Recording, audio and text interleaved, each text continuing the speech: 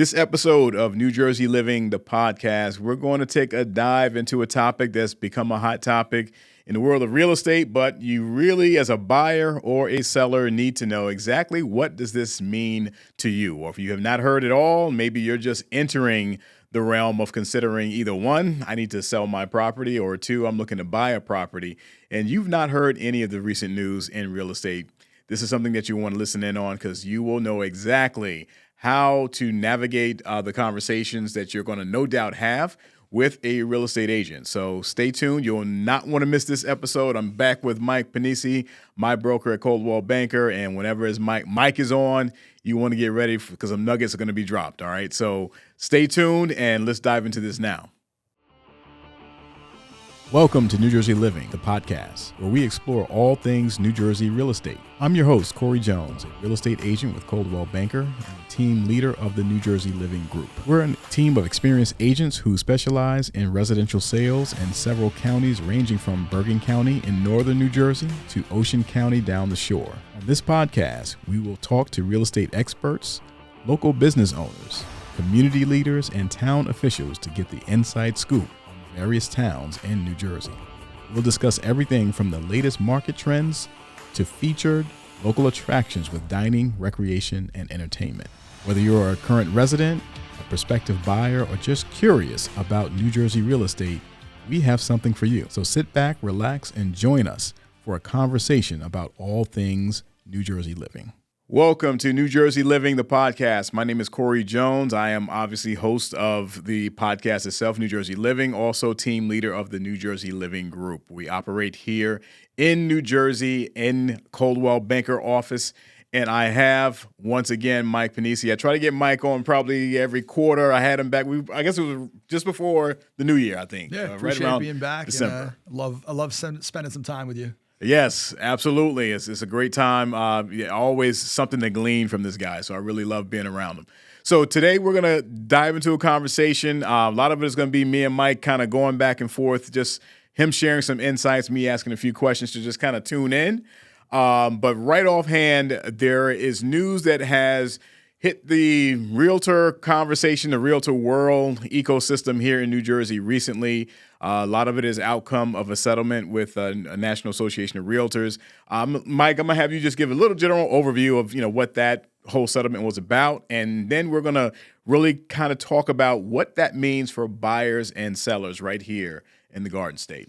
Yeah, so I think that you've seen probably the headlines that have come out where it says National Association of Realtors has this seismic settlement. A class action lawsuit and the implications that's going to have on real estate as a whole.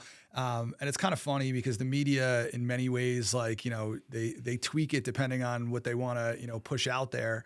And most of the articles that I read are really not, they're not direct in terms of what actually is happening. I think that a lot of it is just trying to sell, subscriptions or what have you, such as the world. Yes. But what it comes down to is there was a class action lawsuit against several different brokerages and many brokerages, most brokerages actually, and the National Association of Realtors.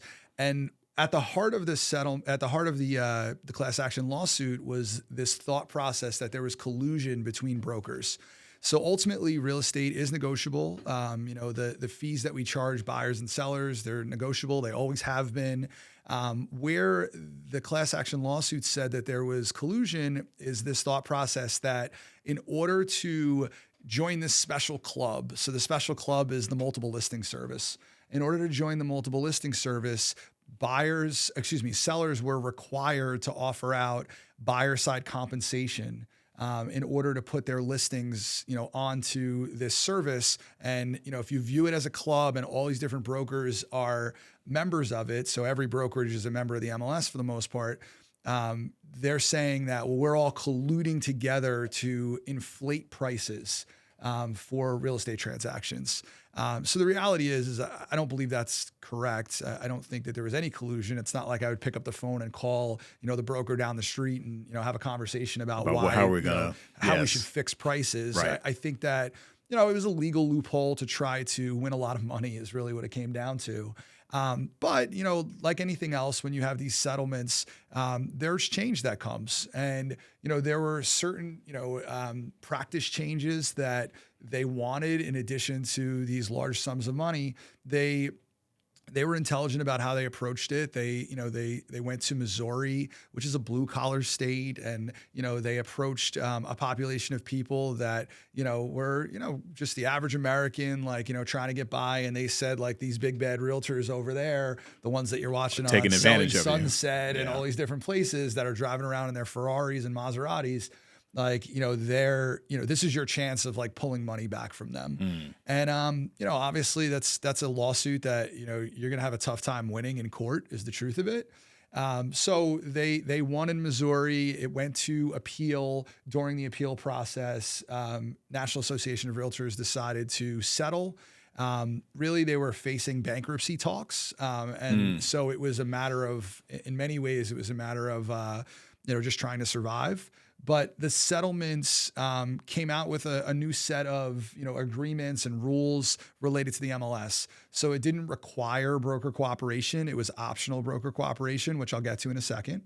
Which basically means the seller is not forced to pay a buyer's agent. And again, I'm gonna go a deep dive on that in 1 second. Right. The other thing is it required that all realtor members, that are working off realtor MLSs, which are most MLSs in the country.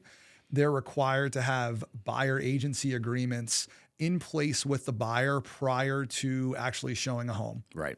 There were several other, items that, came out of these settlements, but those are the two main things that came out. And one last thing I actually should point out is that commissions, buyer side brokerage commissions, are no longer going to be found as a field on the MLS.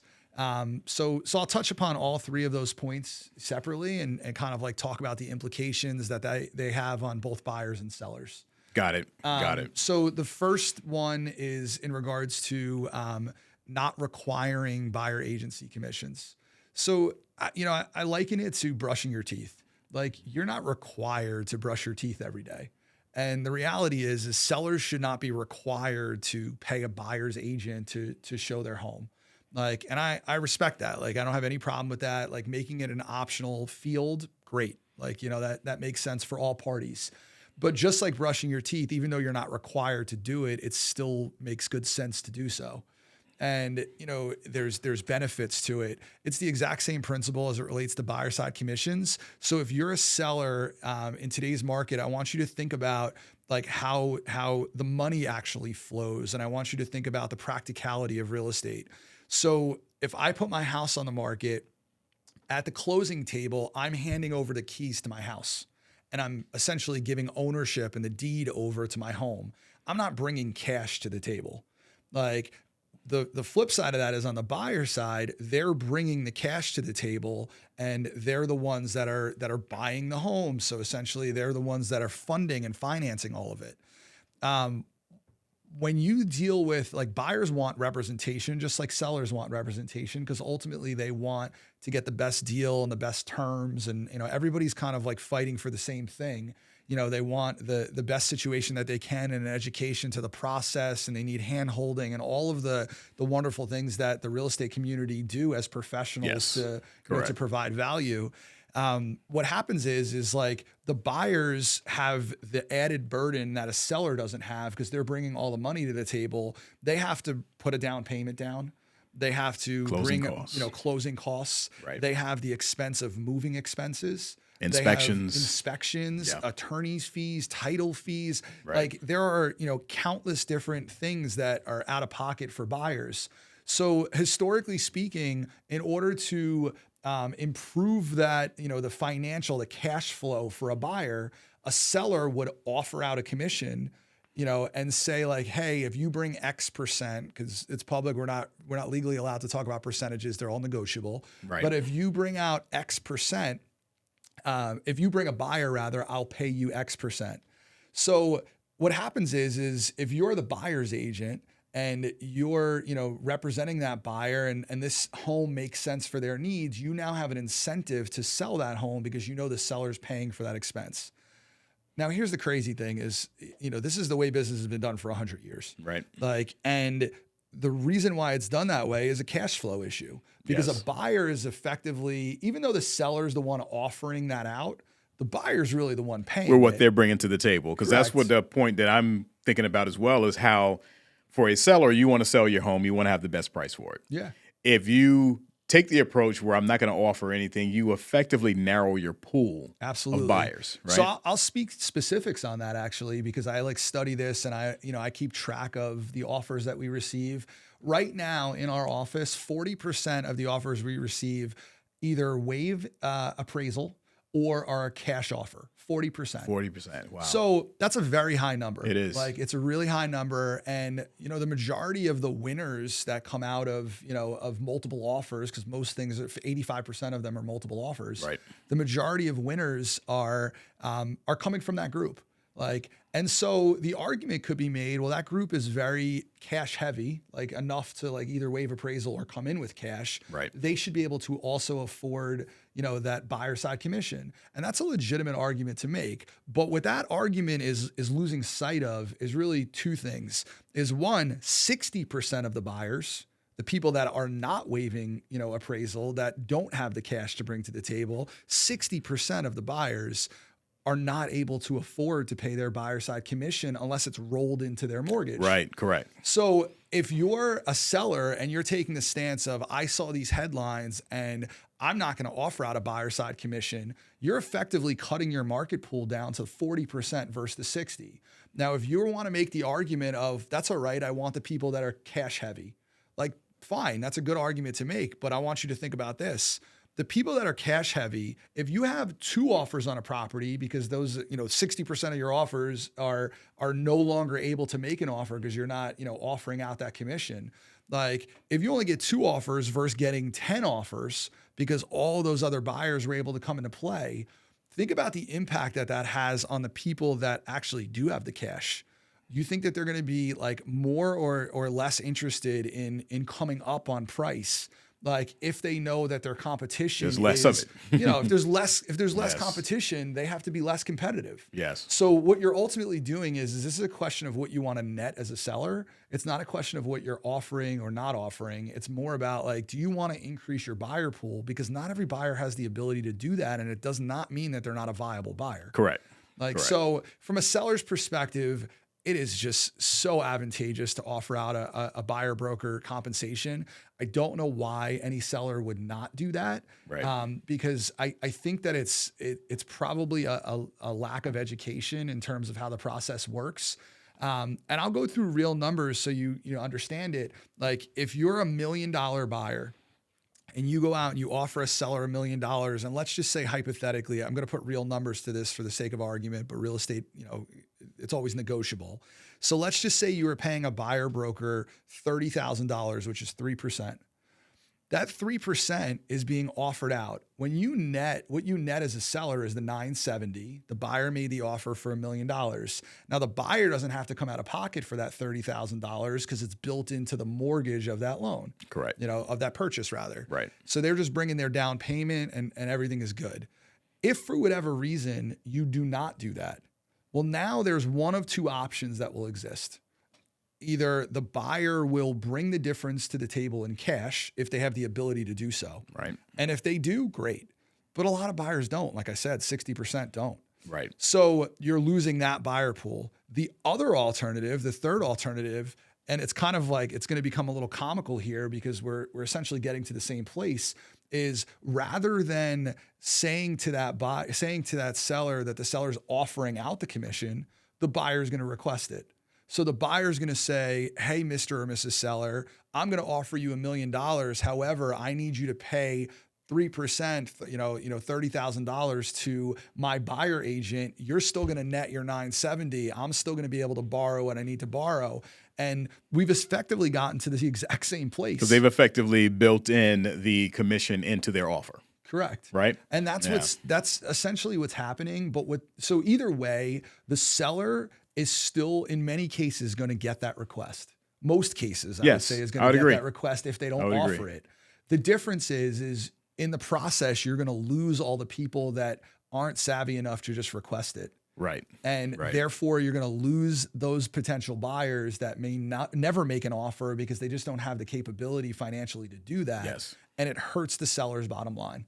And for the seller, and that's a good, for the seller, your bottom line is just that, your bottom line, right? So that should be part of the conversation when you initially have a conversation with an agent. You're going to talk market value of your home. Obviously, you're going to talk about, recent comps and things like that.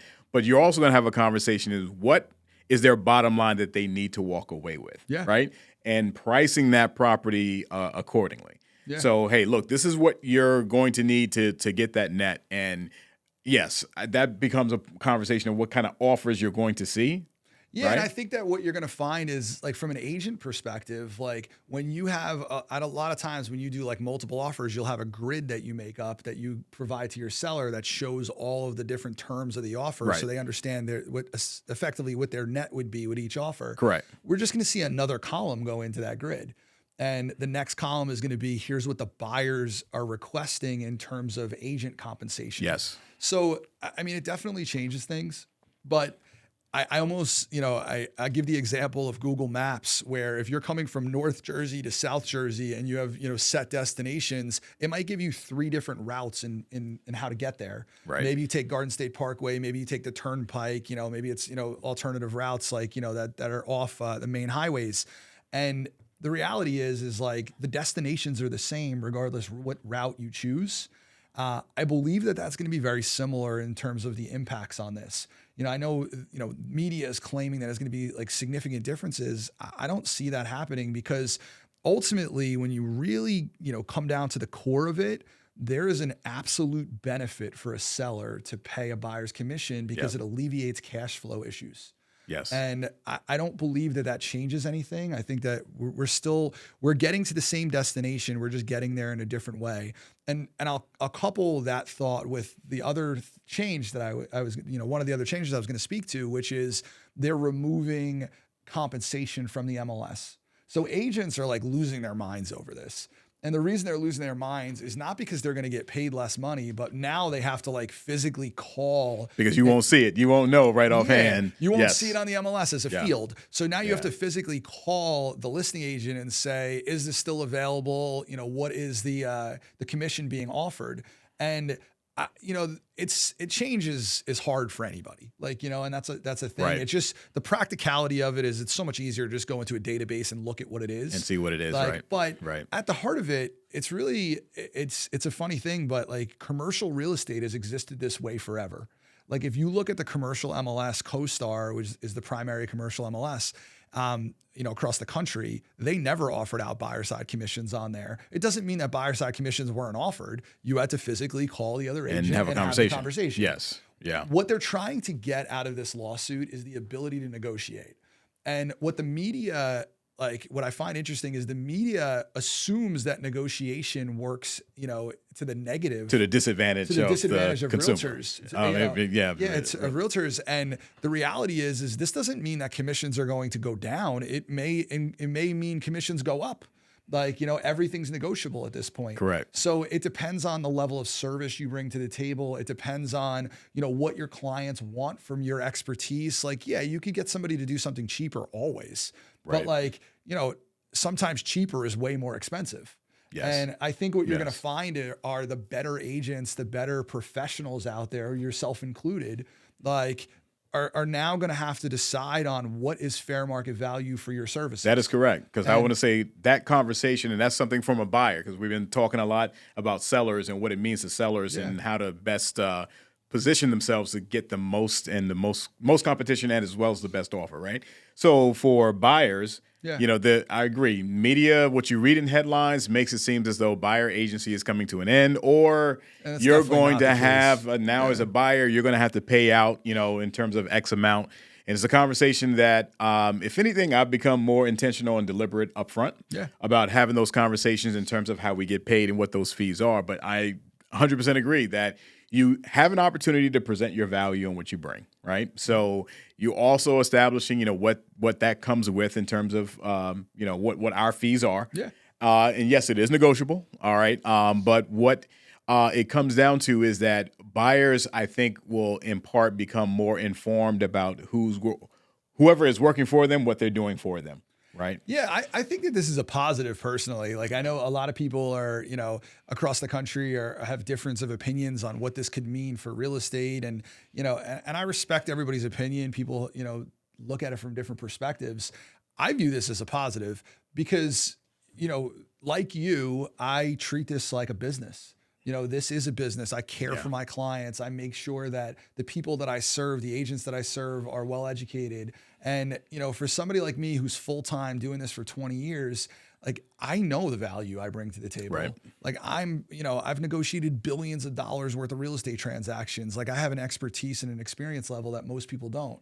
And so when I sit down with a client and I show them like the bundle of rights and what I'm offering to them and what I'm providing and the education I'm giving from a negotiation perspective to a local expertise in terms of the marketplace and all of those things, and I know that you do the exact same thing for your clients, right? We have a value that is, inherent and it's like tangible and, something that they could look at and be like, wow, this is what I'm getting for my money. And the reality is we're also fierce negotiators. Right. So we're the ones going in there and getting them, the terms that they want and like, the best for their needs in terms of, households. So, knowing that, like, it almost could be built into the deal if we're, if we're able to negotiate like we're capable of doing. Right. And so I'm not worried about that piece of it, but you asked the question, so I'm going to answer it. What does this mean to buyers? It means that you could expect, and there's a little nuance to this that like is a little tricky. This is a settlement that took place that is going to require all realtors to have signed buyer agreements, really in the immediate future before they show a house with a buyer. Right. So they're not even going to show you a house unless you have an agreement signed with them. Right. It's not technically law yet. But us as realtors are going to be restricted based off of the accesses we have with the MLS and our NAR membership, our National Association of Realtor membership, that we're going to be required to do this. Yes. So every realtor is going to be expected to do it even before it becomes law. I will tell you, I would be absolutely shocked if it does not become law. I am having conversations with both, the people that serve on the real estate commission and people that run New Jersey Realtors. And, I'm dealing with this on a macro level and understanding the sides of this and what is to come. 18 states in the country require a buyer to have a buyer agency agreement in writing prior to seeing a home. It's going to sweep across the nation and you're going to just see that become part of the process. Right. And it doesn't mean that the buyer is going to have to come out of pocket with cash and bring that to the table. It just means that they're agreeing to who their agent is up front, before they go tour homes and they say, this is who I want to work with to represent my needs. Correct. And in my opinion, that's a great thing for all parties. Yeah. It makes it very clear, expectation setting. Yeah. Fiduciary responsibility, loyalty, obligation, all of that is already addressed up front, because I can tell you in past experiences, there have been many clients I had such a great rapport with that we didn't address that until we went to contract. Yeah. And I had full confidence, I'll put it that way, that they were happy and decided on they wanted to work with me, right? This definitely changes that approach because I'm definitely having that conversation even now. You're going to be forced to, but the reality is like it doesn't change the approach in the sense that you're still going to have the rapport. You're still going to do everything you do because that's who you are. Right. So from a buyer standpoint, and what concerns me, if anything, is that people get overly alarmed when they see some of these headlines, right? Or they hear certain narratives that are out there that, they're no longer, going to have the ability to have representation without having to come out thousands of dollars out of pocket. Can I tell you a funny story? Yeah, go ahead. So I'm on the board of realtors. I'm a trustee. And basically what that means is I'm a voting member for a large population of realtors. And I'm sitting in a trustee meeting the day that this National Association of Realtors settlement was basically announced. Okay. So there are trustees in the room that are called directors, that are directors are essentially voting members for the National Association. Okay. So those voting members had to get called into a special session that started at 10:30 in the morning. And we're sitting there starting at 9 o'clock in the morning. So, we're in session for a little bit. At 10:30, they all have to walk out to figure out like what's going on with this. We assumed it was the NAR settlement, but we didn't know exactly what it was, and no terms had been released, none of that. Okay. So at 10:15, they start walking out of the room to like go, into a private room for this session. All right. And at like, I think it was 10:16, give or take, like all of the national news was pushing out like all the terms of the NAR settlement.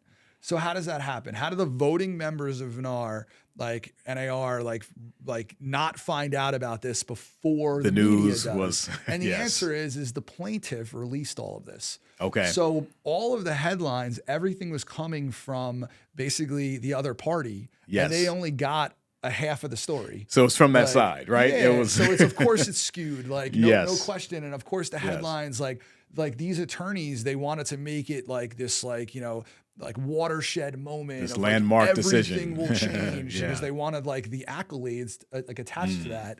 But that really wasn't the reality of it. And, Right. I'm not saying there's not changes. Like it's a big moment in real estate, but not to the extent that like some of these headlines are saying everything changed, prices of homes are going to come down. Like that's not happening. Yes. Like yes, none of that is yes. reality. Yeah. So, I think that you just kind of have to read, behind like all the headlines and get to the heart of it, which is, obviously what we're trying to do today. Well, as a consumer, and this is going out to our consuming audience right now, which is a lot of people who are buying, selling. A lot of people who watch my channel, tune in to podcasts. You're just, sometimes tuning into New Jersey. I get people who live anywhere in the country, and they just reminisce, and they'll call in, comment in. So we get all kind of viewers and consumers. But those that are consuming because you are looking to either buy or sell it, this conversation, if anything, it means you really need to tie into a real estate agent that brings value, right? That can explain to you the landscape, explain to you process, explain to you what they bring to the table. Because at the end of the day, if you're a seller and you're trying to attract the most attractive offers to make the best decision, your realtor, the skill, the expertise of your agent is going to go a long way in getting there, if that's your destination, right? Buy side, likewise. If you're on the buyer side and you want to be competitive, how can I be most competitive? And what is this I'm hearing about this news? Am I now going to have to invest another 5, 10, 15, whatever that number may be, just because I want representation? Do I just go? I get this question sometimes from people who call me as a listing agent. Hey, do I just, not have representation? Do I just go to listing agents directly? Am I, so you get these questions thrown out there because they're trying to figure a way out if that's not going to be the case for me to have a buyer agent. Yeah, right? I mean, I think that you're right. Like people ask that question a lot, Yeah. and they always have. Like nothing's changed, for the last 30 years in that regard. I think ultimately what you find is if you go to the listing agent, in New Jersey, the way the laws are written is it becomes what's called disclosed dual agency. Right. So, and I'm going to go through how that breaks down. Disclosed dual agency is not an inherently bad thing. I don't have any problem with disclosed dual agency. But when you think of disclosed dual agency and what the rights are that you owe to those clients, the number one right that goes away, it's going to sound really harsh, but it's the truth, is loyalty. And you're what loyalty means, you can't be loyal to two people. Yes, at the same you're in between. time. Yeah. You're in between. Yeah. So what loyalty changes into is the general duty of fair dealing. And so it basically means that if I know if you're a buyer and I know your top dollar, and I'm also representing a seller and I know their bottom line, right, I can't share that information back and forth because then we're basically like self-dealing to try to put this deal together. Right. And we're betraying the interests of both parties. That goes Which away. handcuffs you in how effectively you can represent. Correct. Right. You're not allowed to do that. Yes. So what you do instead is called the general duty of fair dealing. And that duty is, I'm going to try to get you what you want. I'm going to try to get what you want without disclosing the information between these parties. Right. There's nothing wrong with that. I've done it a million times over and, successfully, and it worked out for everybody involved. However, here's the difference. If I'm representing you as a buyer and I happen to be having a conversation with the listing agent and the listing agent slips up and tells me, my sellers would take $50,000 less than our asking price. And I just want to get this deal done, which is really bad practice, but like it's human nature. People do things maybe that they shouldn't. That's why you should hire an expert. Yes. But knowing that, now what is my immediate requirement representing that buyer? My immediate requirement is to disclose that to my client. Correct. Because I have loyalty to them. Right. Correct. So if you're representing a buyer and somebody comes and wants like representation and actually somebody working and fighting for their needs, hire a buyer's agent. Like, that is the answer, is hire a buyer's agent, because there's no conflicts and everything else. I'm not saying that like there may not become a conflict later, but here's the thing. You've at least, by hiring a buyer's agent beforehand, rather than going direct to the listing agent, you're developing a rapport, you're developing a relationship, and that person's looking out for your needs. Yes. Like, and you're getting the guidance and you're getting everything you should be getting in an agency relationship. And I just feel like that's the reason why you hire a buyer's agent versus necessarily just hopping around and trying to go to, every listing agent. Why people do that is they think they're going to get a deal. Correct. And the reality is they don't get a deal, because the better agents, most agents, that are doing business the right way, understand that they're in a disclosable agency capacity and they can't share that information. So it's just a myth. They think they're getting a deal. They're not. It feels as though it gives most people, I think the general public that do take that approach, they feel like they get an inside track. Yes. And it's not really the case at all. It's not reality. You're not for those people that are doing business the way you're supposed to do business, with ethics and, with professionalism. Yes, correct. And if you're on the buy side out there, absolutely it's imperative to, in my professional opinion, to have a buyer's agent. And no, it does not mean, because of what you may have heard, that you're going to pay extra now because of what decisions have happened just recently. I've already had some situations already, and this is not related to this specific, settlement. It's just more so of what a seller is offering and what they're not offering and what my given fee is, right? So we've negotiated saying, hey, look, this is how we're going to approach this. Yeah. And if you have a skilled agent, they know how to navigate those waters, right? Correct. So there is a way to, approach a seller to say, hey, look, this is the best offer we're going to present to you, giving you this kind of net, which we believe is going to be attractive to you, right? So that's going to be, I guess, very much in the hands of agents that are skilled, bringing their value, presenting their value effectively. Yeah, I mean, I want you to think about it this way. Like, if you're a seller, and let's go to that $1 million example. If you have, somebody comes in with $1 million offer and they're requesting that, $30,000 gets paid to their agent, so you're effectively netting $970. And then you get another offer where the buyer is like, you don't have to pay it, but they're offering $950. Like, here's the thing, like, yeah, you're saving $20,000 in terms of that second offer by not having to pay it out, but you're really losing $20,000, saving $30,000 in commission, but you're losing, the net is less. Yes. And so, knowing that, like, what is the seller going to decide? The seller's going to decide to net more money. Right. Correct. And I think that's at the heart of this, is like, it just becomes a function of negotiation. Yes. And you're right. The better agents are going to, equip their buyers and their sellers on both sides of the equation with the facts. And, and there are plenty of agencies out there. And this is like kind of the interesting dynamic that will take place is, for years, if you're a seller, you could hire a full service real estate company. And this is prior to the settlement. This is always the case. You could hire a full service real estate company that will do everything that you need, soup to nuts, and really will effectively market and expose your home and negotiate and all that. Right. Or you could hire basically a cheap company that will do very minimal or nothing for you, but they'll take your listing, they'll put it on the market, and you negotiate your own deal, and you do your own open houses, and they won't even, you could buy signs from them. Like, it's literally a la carte services. You get a bit of a discount with commission, but you're getting what you pay for. Yes. And I don't think for one second that that's not going to happen on the buy side. It will happen on the buy side. Yes. But again, if you want an agent that literally doesn't leave their home, that like all I'm doing is writing up a contract for you when it's all said and done, and you do everything else. Like you get your own resources. You need a home inspector, go out and find it. You need, a negotiator. You better be a savvy negotiator, and you better understand real estate, because I'm not doing that. Right. Like you'll find these people that will do it for less money, but like in the end, what are you getting? Correct. Like you're probably getting a worse situation for yourself. You're certainly not getting the local expertise that, that we would bring to the table and whatnot. So,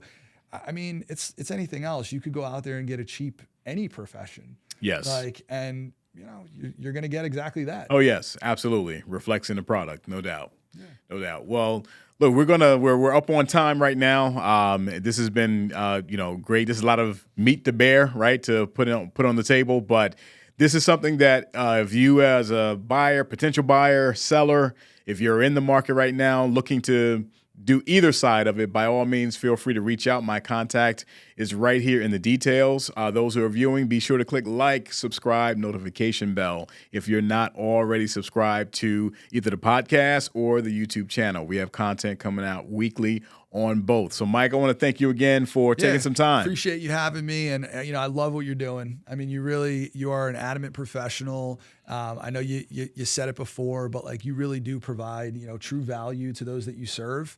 And I appreciate that you're doing this service to the public as well, because it's good to get some of these messages out there so they understand what they're dealing with. Yes. So kudos to you, and thank you, my friend. All right. Well, look, we'll be back again, man. I'm trying to get one per quarter. I'm trying to lock Mike in. I'm always in. All right, just to get because I did actually my spring market update if not last week before. Okay. So we'll hit something later in the summer. Yeah. All right, just to kind of talk about where we are at that point in the market. But again, stay tuned for some of these upcoming episodes. If you need any assistance, insights, or feedback, by all means, reach out and contact me. Leave something in the comments right here. This is a community kind of environment, so we love to have participation. So thanks again for tuning in. Stay safe, and I'll see you next week.